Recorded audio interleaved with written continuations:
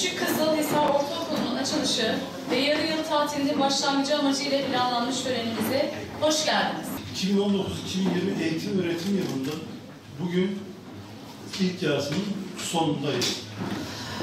2019-2020 eğitim öğretim yılı birinci yarı yıl tatili, karne töreni ve okulumuzun açılışı hayırlı olsun diyorum. Hepinizi saygıyla, muhabbetle selamlıyorum.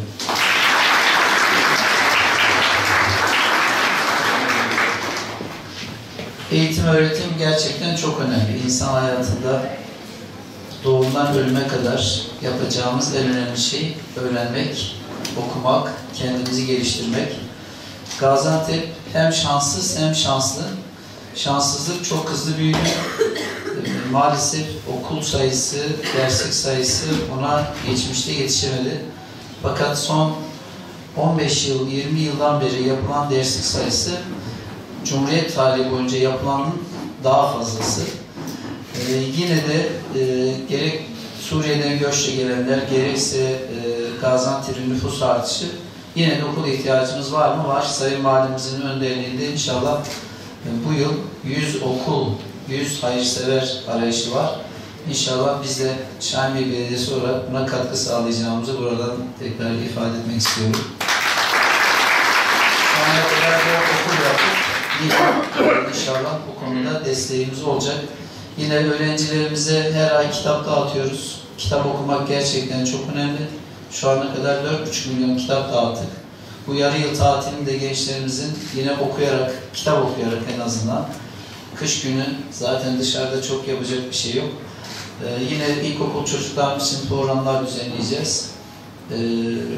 Çeşitli etkinliklerle bu yarı yıl tatilini değerlendireceğiz. Biliyorsunuz Gaziantep'te devam eden 4000 dersliğimiz vardı. Bunun 800 tanesi tamamlandı.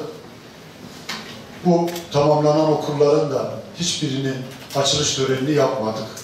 O kadar çok ki inşallah bundan sonra açılış töreni gibi değil de her hafta bir tane, iki tanesini ziyaret ederek hem öğretmenlerimizle bir araya geleceğiz, hem öğrencilerimizle, velilerimizle bir araya geleceğiz. Bu okulda fiziki olarak her ne kadar 16 derslik olsa da eski dersliklerle kıyasladığımızda aslında 26-28 dersliğe yakın bir büyüklüğü var. Yeni nesil okullarda sadece derslik düşünülmüyor. Bilgisayar laboratuvarı, müzik laboratuvarı, spor alanları, işte gördüğünüz gibi konferans alanları, çocuğun akademik başarısının dışında sosyal, kültürel faaliyetleri de yapabileceği birimler oluşturuluyor. Gaziantep'te bizim bir iddiamız var. Nedir iddiamız? Eğitim politikalarının en iyi uygulandığı şehir olmak. Bu anlamda şanslıyız. Şu an devam eden 3200 dersliğimiz var.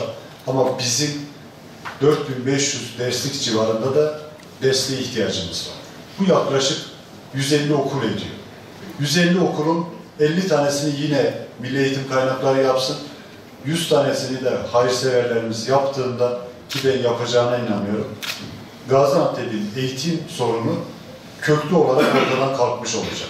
Akademik başarı tamam ama akademik başarının olması için çok kitap okumamız lazım. Kitaba erişimin kolay olması lazım. Şehrimizde inşallah bu sene Kültür Bakanlığımız tarafından bir kütüphane yapılacak. 24 saat açık olan, herkesin ulaşabileceği yerde olan, herkesin kullanabileceği kütüphanemiz olacak. Okullarda yine aynı şekilde olacak. Ben okuyorum, Gaziantep okuyor, kitap okuma projesinde ve bütün velilerimize, öğretmenlerimize teşekkür ediyorum.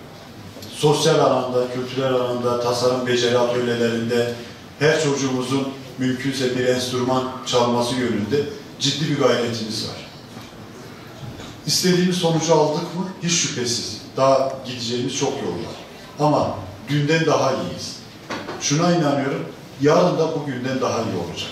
Hem fiziki olarak hem akademik başarı olarak. Bu sene özellikle meslek liselerini de güçlendirmek istiyoruz. Türkiye'nin fiziki anlamda en güzel meslek liseleri, kampüsleri şu an Gaziantep'te yapılıyor. Bunlar için doldurmamız lazım. Meslek lisesi dediğimiz aslında altın bilezik. Bunlara giden öğrencilerimizi GAGEV var. GAGEV, Gaziantep Valiliği, Büyükşehir Belediyesi, odalarımız, hayırseverlerimizin oluşturduğu Gaziantep Geliştirme Vakfı. Oradan burs vereceğiz. Dolayısıyla da mesleki eğitimin güçlenmesi, mesleki eğitime daha çok talebin olması ile ilgili de bir çalışmamız olacak. Bizim hiçbir öğrencimizin diğer bir öğrencimizde eksiği ya da fazlalığı yok. Evet, hayırlı uğurlu olsun. Ya Allah